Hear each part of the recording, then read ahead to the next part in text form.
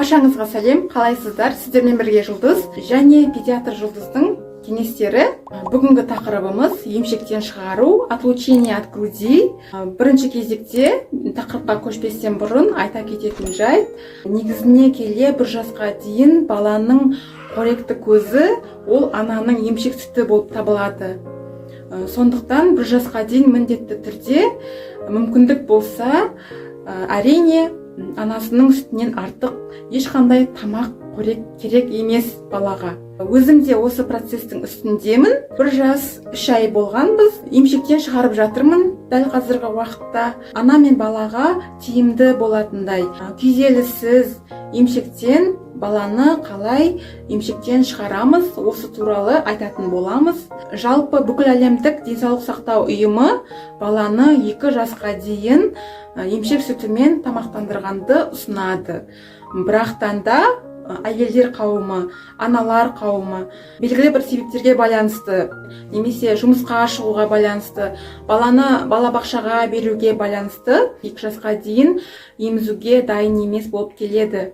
Ал дәрігерлер қауымы, біз педиатрлар негізі баланы 1 жастан кейін, 1 жас 3 ай болғанда, 1,5 жас болғанда шығаруға ұсыныс береміз. Баланы қалай білеміз? Емшекке шығару керек па, шығару керек емес па? Қандай жағдайда біз біле аламыз?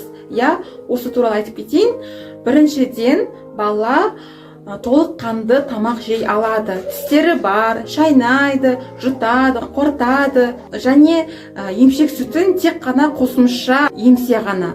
Екінші жағдай, ол балада ешқандай жедел аурулардың белгілері болмаса, яғни бала толыққанды сау болса, температурасы жоқ, тісі шығып мазаланып жатпаса.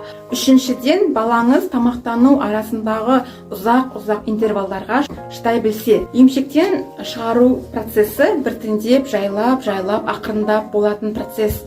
Мысалы, балаңыз қазір еміп жатыр. Күнделікті, түнде де, күндіз де қалай шығарамыз деген сұрақ туады. Қиындық тудыртады анасына. Күндіз еміп жатыр, жиі еміп жатыр. Мазаланса бересіз, қарны ашса да бересіз, қарны ашпаса да бересіз. Тынышталсын деген мақсатпен бересіз. Ондай жағдайда ему аралығын ұзартамыз, интервалды ұзартамыз, созамыз. Мысалы, қазір сіз оңды солды беріп жатсыз ғой, хаотично. Емшектен шығару кезінде интервалды ұзартамыз. 3 сағат болады. Басында, кейін 4 сағат, кейін 5 сағат, 6 сағатқа ұзартамыз интервалдарды. Күндізгі емізуді тек қана ұйықтайтын кезде ғана береміз. Мысалы, балаңыз күндіз бір уақыт қана ұйықтаса, сол уақытта ғана береміз. Ұйықтап қалады бала, ары қарай бермейміз. Ең бастысы, оңды солды бере бермеңіз. Бала жыласа да, жыламаса да, қарны ашса да, қарны ашпаса да бере бермейміз емшекті. Және балаңыз сізді тарпа бас салатын жағдайлардан аулақ ұстайсыз өзіңізді. Ол қандай жағдайлар? Сіз диванға баламен бірге отырмайсыз, кереуетке баламен бірге алып жатпайсыз. Сондай жағдайлар. Ондай жағдайда балалар емгісі келіп тұра береді. Кейін барып, осылай ақырындап күндізгі емізуді алып тастайсыз толықтай. Түнгі уақытта ғана емізесіз. Егер балаңызда емшек ұйқы ассоциациясы тығыз қатты байланысатын болса, ұйқыға тек емшекпен ғана кететін болса, ұйқы арасында оянып кетеді, сол кезде емшекті сұрайтын болса, онда ең әуелі ұйқы режимін дұрыстап алу керекпіз. Ұйқы мәселесін шешіп алу керекпіз. Оны қалай шешеміз? Ұйқы күнделігін жүргізе бастаймыз. Мысалы, күніне балаңыз қанша уақыт ұйықтайды, қанша минут ұйықтайды, қанша сағат ұйықтайды, соның бәрін күнделікке жазып жүреміз.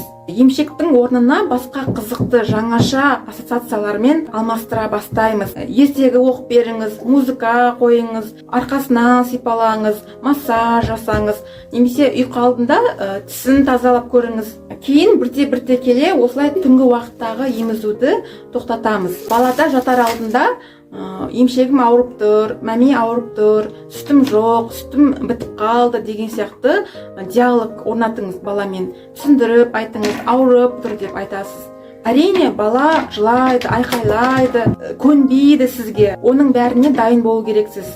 Шыдамды болу керексіз, төзімді болу керек. Балаңыз дағдыланып жатыр деген сөз, баланың жылауға құқығы бар деген сөз. Емшегіңізді бутылкаға, сүтке, қайнаған сүтке, немесе кефирға, айранға, қатыққа, соскаға айырбастамаңыз. Өйткені бала сол жаңа ассоциацияға үйреніп қалады.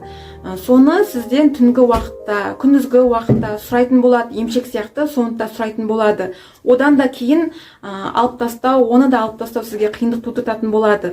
Баланы өз бетімен ұйықтауға үйретіңіз. Жеңіл желпі қағу көтенінен, сипалау арқасынан, немесе құлағына мен сені жақсы көремін, мен сені қасыңдамын деген жылы сөздерді айтыңыз. Ұйықтайтын кезде, ұйықтар алдында.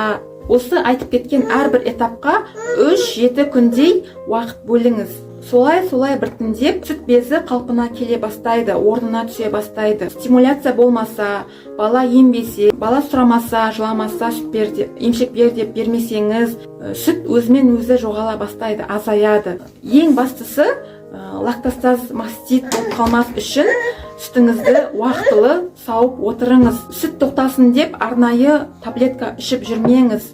Оны қатты қымтап байлап орап тастамаңыз. Уақытылы, тек қана уақытылы сауып отырыңыз. Бәрі физиологиялық жолмен болсын. Сізде қандай қиындықтар болды? Өз тәжірибеңізбен бөлісе отырыңыз, комментарий жазыңыз, лайк басыңыз. Менің каналыма тіркеліңіздер, алдағы уақытта пайдалы кеңестер айтатын боламын.